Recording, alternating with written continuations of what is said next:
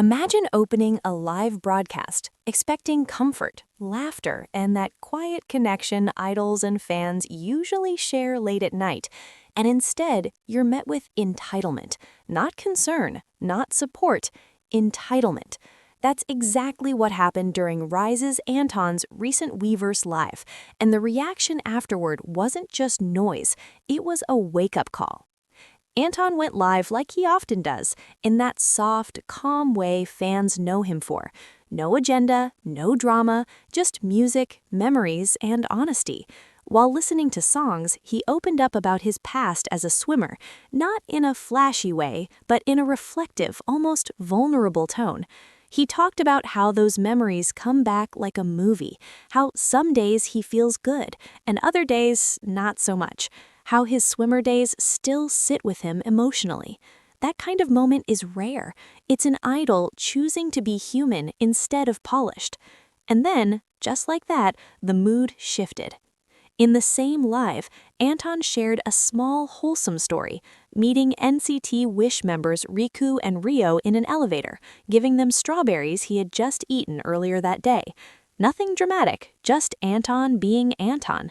Kind, thoughtful, gentle, the kind of story fans replay because it feels real. But somewhere in the comments section, someone decided that this wasn't a space for connection, it was a space for correction. A comment popped up telling him, "Pay attention to your words next time." Not advice, not concern, a command. Anton read it. He paused, and instead of pushing back, instead of ignoring it, instead of defending himself, he responded politely, "I will. Thank you. We all get along well." That was it. Calm, respectful, mature. And that's exactly why fans were furious. Because that comment crossed a line that should never be crossed. It wasn't constructive. It wasn't coming from care. It was someone feeling way too comfortable talking down to an idol on a live broadcast, as if they had authority over him, as if he owed them something more than respect, as if he owed them obedience. Fans immediately clocked it. Social media lit up with frustration, not because Anton said something wrong, but because he didn't deserve to be spoken to like that in the first place. People pointed out how some viewers forget boundaries the moment an idol appears live, how anonymity turns into audacity, how being a fan doesn't equal control. And let's be honest, this isn't about one comment. This is about a pattern. Some fans treat live broadcasts like customer service desks. They forget that idols aren't products. They're people standing alone in front of a screen, reading thousands of messages in real time. There's no PR team filtering comments, no script, no safety net, just them. And Anton handled it with more grace than most people would. What made fans even more upset was how unnecessary it all was. The live wasn't controversial. There was no scandal, no harmful statement, nothing that justified that tone. It was entitlement for the sake of entitlement. Meanwhile, on the same day, RIIZE's Shotaro also held a live broadcast, but his situation was very different. He directly addressed dating rumors head-on, clear, straightforward, no hesitation.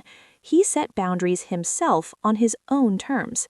And that contrast mattered because it shows the difference between idols choosing to speak and fans forcing them to respond. Shotaro spoke because he wanted to. Anton responded because he was put on the spot. That's the problem. Fans online started calling out how certain sub-fandoms were blowing things out of proportion, acting like a harmless moment was a national crisis. Others pointed out how some people are so comfortable being rude directly to an idol's face, something they would never do in real life. And that's the truth no one wants to admit.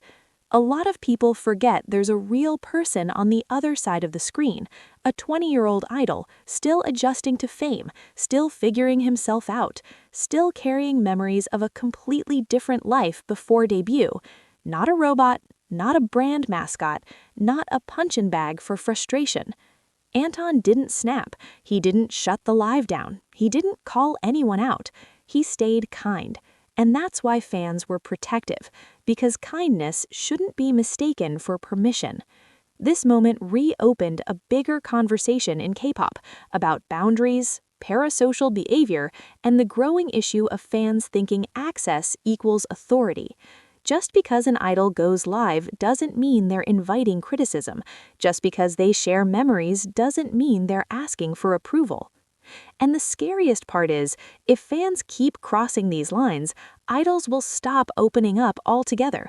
Lives will become shorter, more scripted, less personal, less real, and everyone loses. So if there's one thing this situation makes clear, it's this. Idols don't need fans who correct them. They need fans who respect them, support them, and know when to stay quiet. Anton did nothing wrong, but the reaction showed just how tired people are of seeing idols disrespected under the disguise of concern.